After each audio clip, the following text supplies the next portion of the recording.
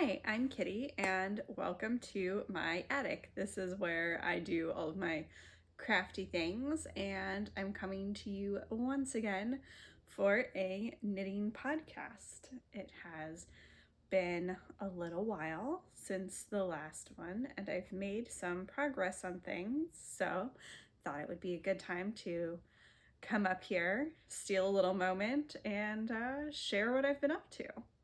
So if you watched my last podcast, it should be no surprise to you that I have a finished object, because I think this had I don't know, maybe one round left as I just casually lean off screen.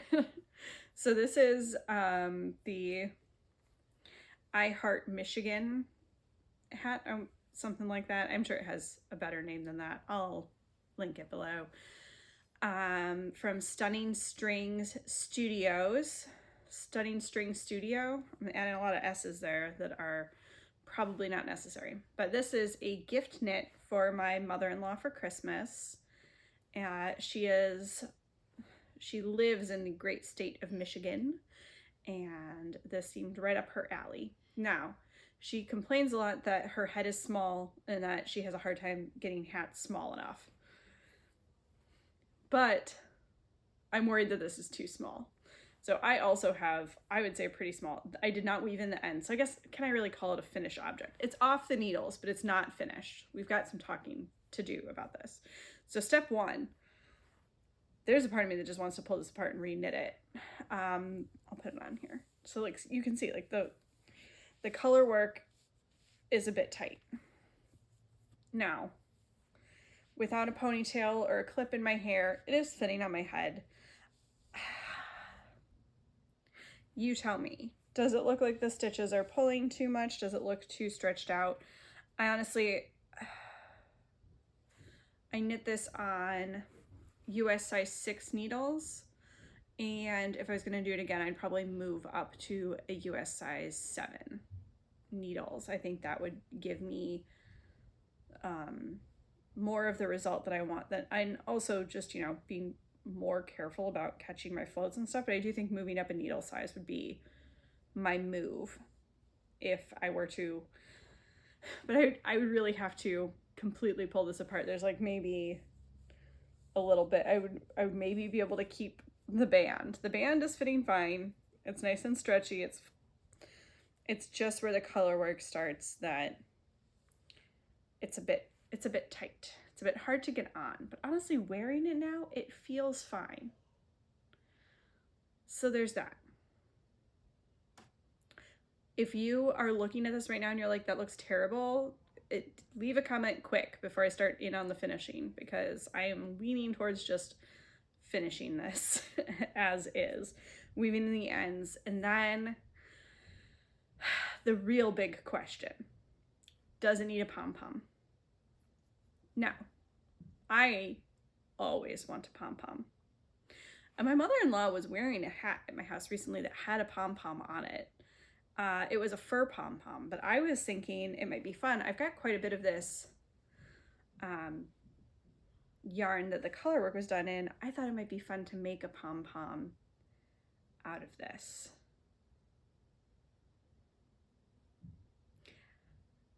But is it a lot? It's a choice, but is this hat not already a choice? If you're wearing this hat, it's not subtle. It's coming at you with I Heart Michigan. It has big hat energy. So why not go all in with a big old multicolor pom-pom? Does this, I don't think it would be this big, but it gives you a little bit of a visual indication. Is that right on the top there? There we go, right at the crown. Pom-pom. I think it needs a pom-pom. I think everything needs a pom-pom. Now, I can also do a removable pom-pom. I can add either a snap or a button with some elastic that you can take the pom-pom on and off as you'd like. That is usually the case with fur poms, because then you can wash the hat without ruining your pom-pom. But I like the versatility. And like, nobody looks at the top of your hat and is like, why is there a button or a little snap there? Especially if you do like a black snap. No one's gonna notice. No one's gonna care. So that is an option. But I don't know. And this is why I don't do gift knits very often, is because I start to doubt myself. I second guess myself. I like to knit for myself because I like to think that I know myself very well and I don't have to waver back and forth. I know I want the pom-pom for me, but am I being selfish in my gift knitting by making the pom-pom? Am I overthinking this? Is this a classic overthinking moment? Let me know. But yeah, I think sitting here now talking to you, I think it needs a pom-pom, and I think I'm gonna do it. And I'm sitting here wearing it. It doesn't feel tight on my head, and there's no way that her head is that much bigger than mine, when she complains all the time that she has a small head. And if it doesn't fit her because she has a small head, I will make her the hat again, and I will, well, I don't know. I don't live in Michigan, so I'm gonna keep it. I'll find someone with a small head in Michigan who wants a hat if it doesn't fit her, and I'll make her a slightly bigger one. But that does beg the question. So hold on, let me grab the green.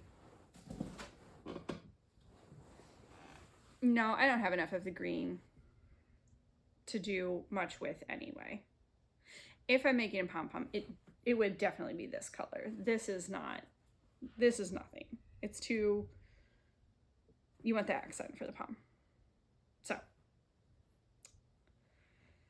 and this isn't enough that I could like make a second hat or anything. It's pretty scrappy. We'll add them to my scraps. It's a big scrap, but it's not enough to do something alone. So that is my thought. This hat, I'm wearing it now. It feels good. Unless it looks terrible looking back at this footage, I'm gonna let it be. I'm gonna weave in the ends and make it a pom-pom. But this is my closest thing today to a finished object, is this hat. It's off the needles, but needs some finishing touches, and I'm gonna wreck my hair. Phew. It's warm. It's nice. It's so soft. It's so squishy. I love color work for warmth. There's nothing like it. So my next whip, it is time to talk about my reset cardigan. I got some buttons because it's that time. All right, I have a sleeve, just one sleeve that I've knit. I decided, so the pattern gives two sleeve options. One is a short sleeve that is just basically a straight knit sleeve to about elbow length with a cuff. And then the other one has more of a balloon sleeve. It's got increases down at the bottom to give you more of that balloon. But I don't actually like that. So I just knit straight, and then I looked at what they had you decrease to for the final cuff stitches. And so I did some not great math so every week I take my kids to some activities. And this week I was at my son's karate class when it was time. I decided the sleeve was the correct length. It was time to decrease. And I did not the best math in the world. So I did a couple rounds of decreases. I should have just, the math worked out that I could have had this with 2 extra stitches. Really easy. And I decided to do 2 rounds of decreases to come up with, they're almost even decreases, but one of the rows are like 2 stitches off for one of the decreases. No one's ever gonna notice. I can't notice, and I made it. I know right where it is. But I wanted to get that number that the pattern told me to have for my size. And honestly, it's a little tight, but I really like a tight cuff. So I'm happy with it. And it's long enough I can pull it up over my hand too. I'm not actually wearing this all the way, it's just on my arm. But when I'm wearing it, I can do this, and I haven't blocked it yet. There's no blocking. Now, last week I was discussing, I knit the body on my Addy needles, and I wanted to do the sleeve with the Chiagu needles because they're easier to do magic loop with for me personally. So I did it. I just went with the Chiagus, and I was a little bit worried that it would lead to a big change in my tension, but even without the blocking, I'm not seeing, I mean, I can tell where it's been blocked and where it's not, but I'm not seeing a difference in my stitch sizes that much. I don't think they're noticeably tighter or looser on one side or the other. The fabric it's giving is pretty consistent throughout, so I already picked up my other sleeve here. You can see I've got the really long Chiagus. I've been doing magic loop. Something I do when doing magic loop to try to avoid too much laddering or too noticeable laddering is whenever I stop, I just pull the loop all the way out, and I try to move where my loop is sitting every time so that it's not, you can't like see that line in one spot. I try to move it around a bit. So that's just a little thing I do. I don't know how much of a difference it makes, but that's where we are with that. One sleeve down, one sleeve just barely picked up, but it is picked up. But I've got my armpit there, my little tail, probably too little a tail, but that's that. So I didn't want to block this sleeve yet because I want to make sure that the sleeves are the same length. So I'm gonna just knit until they're comparable, unblocked, and then I will give the whole thing a big block. Now, the pattern did call for the I-cord bind off again at the cuff, and I didn't do it. It gives so much flare at the bottom here. I didn't want it flaring out at the cuff.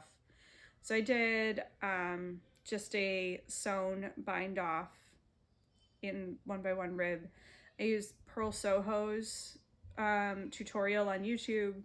I'll link it below if you're looking to do bind off. I think it gives a really nice clean finish, and it maintains its stretch really well. So if I had a cuff this tight that I had done just a traditional bind off with, I would not be able to get my hand in there, but this gives it plenty of stretch to make it fit. It fits really nice around my wrist. I'm really happy with the fit there. Now, I picked up some buttons. So they're being so loud. I picked up some buttons the other day online. I used the shop on Etsy that I've bought buttons from before. They're great. I can link that below too. They're vintage reclaimed buttons, so I feel better about myself. So these were the ones I initially picked up thinking I would like them for this cardigan, but they're just too warm compared to the fabric. They come across really orangey when you hold them up against this.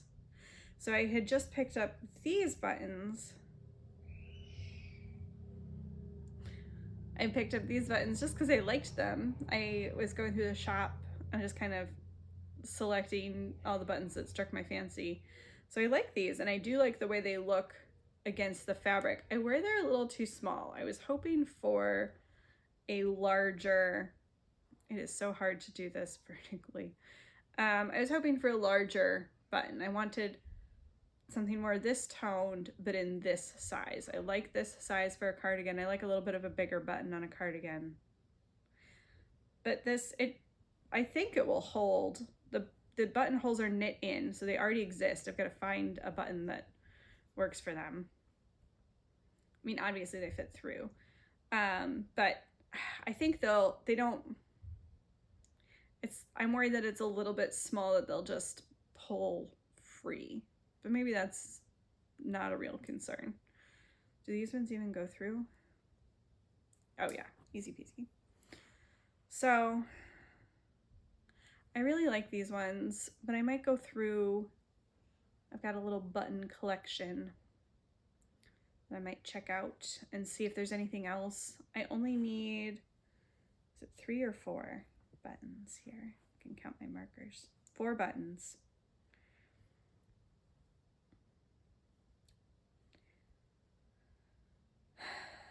So I don't know, I might put it up on Instagram later and see what the internet has to say about it, but that's where I'm at here, is I just have to, I fully anticipate the knitting on this being done in the next week or 2. I've got, sleeves are so much easier because they're so mindless. You just, especially because I'm not doing any decreases. I don't have to track any rounds or anything. You can just knit, knit, knit, knit, knit, knit, knit, which is why this one got done so fast. I took it with me as like my quick and easy knitting while I was watching piano lessons and karate and ballet and those kinds of fun things. It just flies by. So I was worried my tension was going to be tighter with the Chiagos, but if anything, I'm worried it's a little loose. But nothing I'm too worried won't block out. It's so nice. I'm so excited to have this off the needles. This is so close to being done. So, and it feels weird. I've been working on this and the Rosabella sweater for quite a while. They had been real long-term whips, and now that they're both finishing up, it feels so weird to not have either of them on the needles. I mean, I still have this on the needles. I'm just anticipating. I'm so excited to have it off the needles. I'm already mentally like, oh, what am I gonna do? So what am I going to do? I'm going to work on my next project that I have here. This did not get a lot of love this week. This is my field sweater.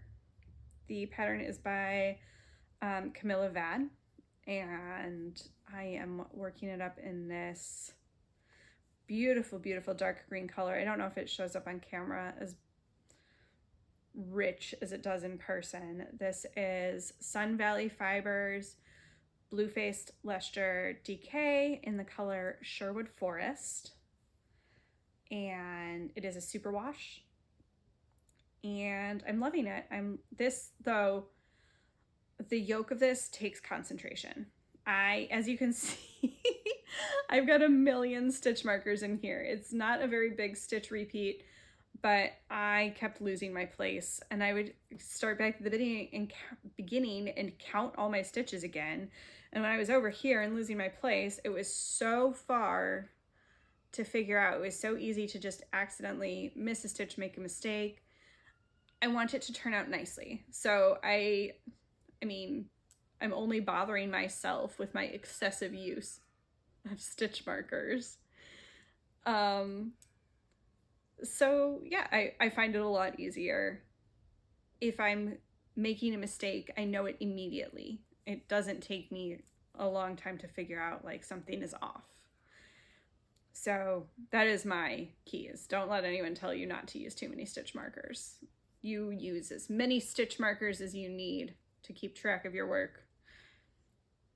So yeah, I've got 1, 2, 3, 4 repeats of the grains going down. And yeah, it takes a lot of thought. So this week was Halloween. Halloween was a couple days ago as I'm filming this.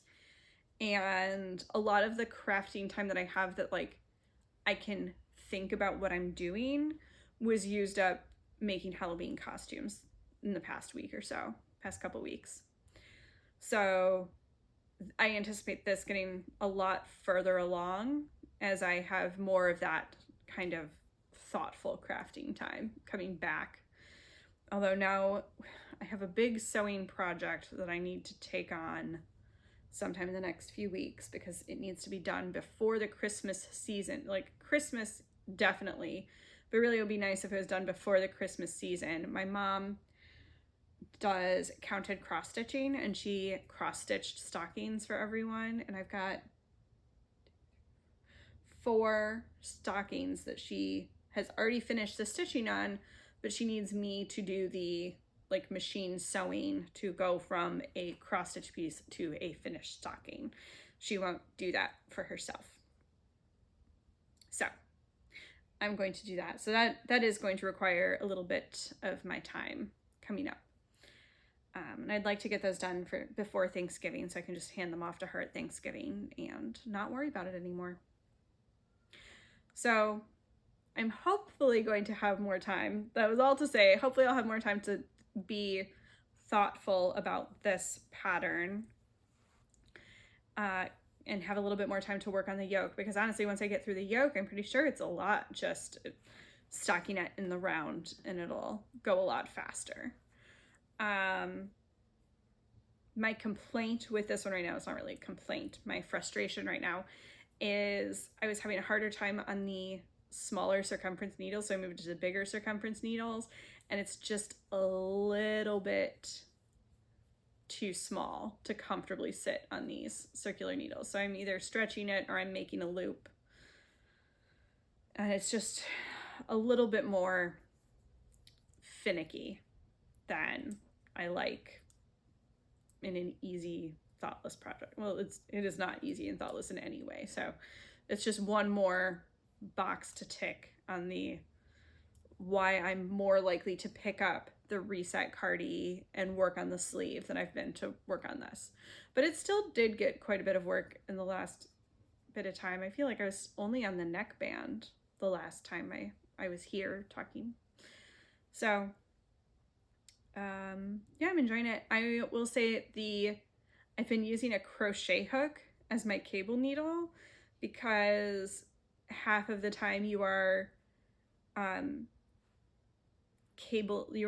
3 together as one of your cables, and I find it just easier to use the crochet hook to pull through multiple stitches. 3 is a little bit light for that, but I made a lace shawl one time and I was making nups, I think is noops, I don't know, but it had you make 5 stitches into one stitch and then you knit them all together the next round, and the best way to do it is to use a crochet hook. So it just seemed convenient to me to do it that way, and that way one of them is supposed to be leaning one direction and one of them is supposed to be leaning the other, so it's easier to control the direction for me with the crochet hook than trying to knit it through the back loop. So that's where I am with this. I'm looking at all the Halloween chaos up here. And I just want to work on this. I want to work on this more. I'm excited about it. Anyway, time to move on. Talk about my next thing. This is a little bit of a silly project, but it got a little bit of work this week. Now, as anyone who follows football knows, I don't want to talk about the Bears game this week. But while I was watching the Bears game that I don't want to talk about this week, I did get started on this blanket I'm going to make for my son. If you watched my work in project video, my video where I talk about all the works and projects that I have going on, this is something that came up there. I found this yarn. I had been making a really complicated colorwork chart crocheted blanket that I was going to give to my husband, and I wasn't enjoying the process, and honestly I wasn't really enjoying the product that much either, and I put it down for like 7 years. And I ripped it all out, and I'm going to use the yarn to make just a simple granny square blanket for my son. He's a big Bears fan. sadly this week, but you know, it is what it is. So I just made a couple granny squares in Bear's colors. I'm going to try to make a variety of squares and then just attach them all together into, you know, a little throw blanket that he can have. So that's what I've been doing that while watching football. That's my football project. It's easy. I don't have to pay too much attention to what I'm crafting on. So it's nice. Got a couple of those done this week.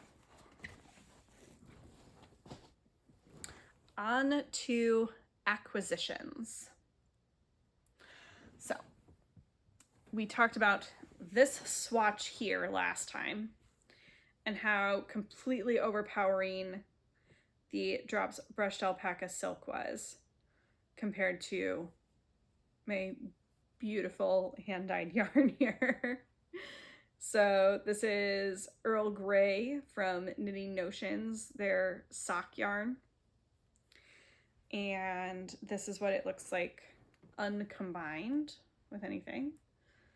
And I picked up, I got a lot of lovely recommendations from the comments.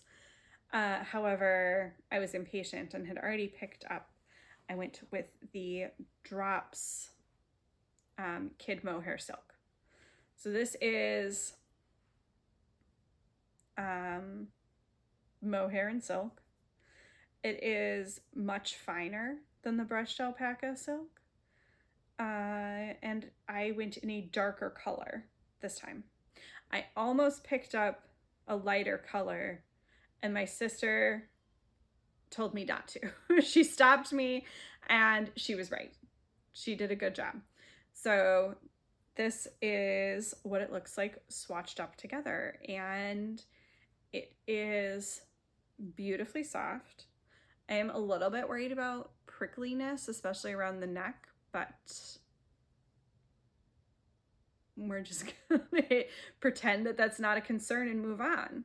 But I love the effect that it's giving. It is still showing the variegation in the, I guess variegated isn't quite the word, the more tonal properties, I guess, of the Earl Grey yarn. So this, I wouldn't say variegated,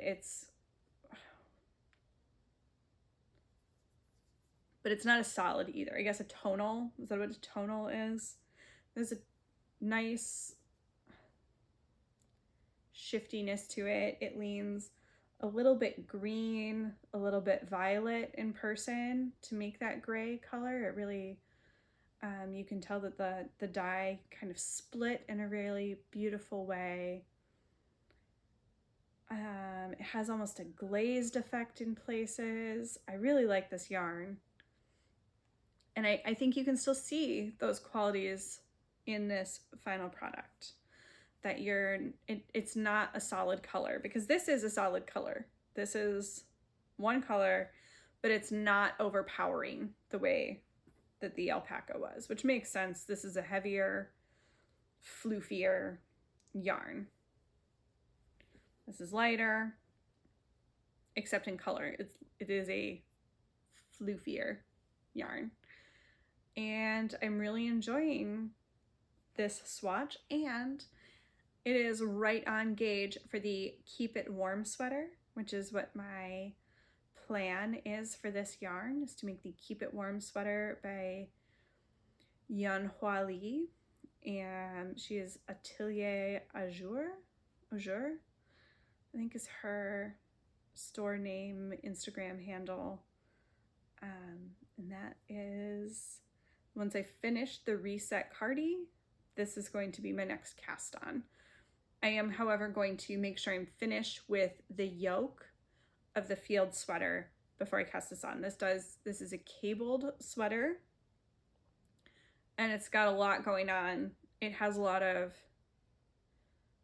increasing in pattern and cabling, and you're doing short rows with cables, and it is a lot to think about. If the field sweater makes you concentrate, this is a step above that. So I tried making this before and I had a really hard time for some reason with the sleeve cable.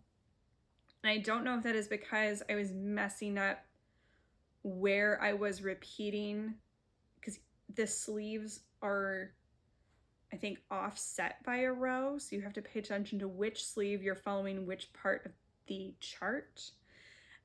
And I was just having a really hard time with it. So I'm going to be very careful. I'm going to utilize some stitch markers and some counters to make sure that I'm really tracking that. And I'm going to practice that cable separately, make sure that I have the cable pattern down so I can kind of read my stitches and know what it's supposed to look like, know when I've made a mistake, hopefully, that I can fix sooner rather than later. So I'm going to practice that and get that going very soon. I need to finish that sleeve so that I can get that going. I'm really excited about this. I hope that it's coming across. I'm just sitting here playing with this. So I don't know. I hope you can see how nice this is looking. I love the quality of the fabric it's giving and the fact that it's on gauge. It feels like it worked out really nicely this time. I'm not going to hold my breath that the rest of this project keeps going, seamlessly now. I'm expecting more hiccups, but yep, that's where I am with that project. As I have acquired the mohair, I've got several balls of this, and it's all ready to go. I just have to make room in my time for that. So I just think if you look at these two side by side, you can see, I hope that this is giving much more of what I was intending with this project. So. All right, I have a little thing to talk about here. I checked out the 52 Weeks of Sock book from my local library. The copy is not from my local library, it's from a surrounding area library, which my library contacted, but I don't know. I wanted to check it out and to see it before I asked for it for Christmas. I'm still not sure that it's for me. I'm not sure I'm a sock person. But I have the leftover yarn from my Under the Ivy beanie that I made for Mishi Fraz Knits. And I thought it would be nice to make a pair of colorwork socks out of that. I thought it would be a really beautiful combination. And I can have matching head and feet. But there's only one real colorwork sock pattern in here. It is the Hollingbourne. Let me see if I can get a good picture. If they've got a good picture of it. I don't want to give away the pattern because it's a, book. So this is the picture they have. I might see if I can find it on Ravelry. See if anyone's made it. Anything like that. And I think I've got enough yarn for it. My feet are pretty small. So, it only tells you need one skein of each color, but you obviously need one skein. You can have less than one skein of each color. So I don't know if it actually uses a full skein. That seems like a lot for socks. So I don't know, but that might be, I'm going to put my bookmark here. That might be something I check out from this book soon, but I'm really enjoying just looking at these. I mean, the photography in this book is gorgeous. I know they have 52 weeks of other things you can knit too books, so I might literally check those out from the library. I love checking out books from the library before I buy like a book like this, where it might be making lots of patterns from it. I love just the inspiration, even if I don't make the exact thing. I love being able to see these things, and I don't know. Maybe I'll look into some of the other ones, but it's a fun book just to feel inspired looking at all these beautiful pictures. So let me know if you've looked into 52 Weeks of Socks. Here's the back of the book.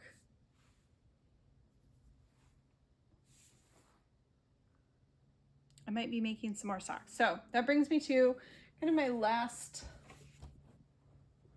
it's not really a project because it's a lot of projects. So I have a lot of abandoned projects that I went through in a whole video. I went through everything I have on my needles, and I got rid of some of those projects. I decided I don't want to continue working on them, but there are a few projects that they're kind of small projects that I just need to finish. They're little things that I need to get off the needles and just finish it up. So what I'm thinking of doing is when I come to a point where normally, so like when I finish the reset cardi, it's almost done. Instead of immediately casting on the keep it warm sweater, like I want to do, like I intend to do, I need to take that time and finish one of these things that I've been letting linger for too long. So I've got a pair of socks for my husband that I've been working on. I have a pair of socks for myself that I've been working on. I have a sweater that I finished the sweater and I didn't like the sleeve length. So I went back in and changed the sleeve length on one sleeve. So it has 2 different length sleeves right now. I just need to do the other sleeve. And these are things that should take no more than a week of work. I just need to do it. So I'm thinking of making myself maybe like a little jar where I write the names of these projects on there. And when I finish something, I pull something out of the jar, and I'm not allowed to cast on anything new until I finish the project from the jar. Because and if I don't want to that badly, I should frog the project because I'm not going to finish it. If I can't do it like that, it's a sign to me that I need to just let it go. Or is that too harsh on myself? I don't know. I'm feeling like I need a little bit of motivation, a little bit of accountability to myself to finish these projects that I just need to finish. And I think that might be one way to do it. So if you have any other ideas of ways that you motivate yourself to finish smaller projects, things that are languishing, maybe I can try. I know that some people will like set aside like just 15 minutes. I'm just going to work on this for 15 minutes every day. And maybe these will be my 15-minute projects. So I don't know. If you have any ideas, let me know what you do to get things off the needles when you're not feeling as motivated. Because I'm not feeling as motivated on some of these.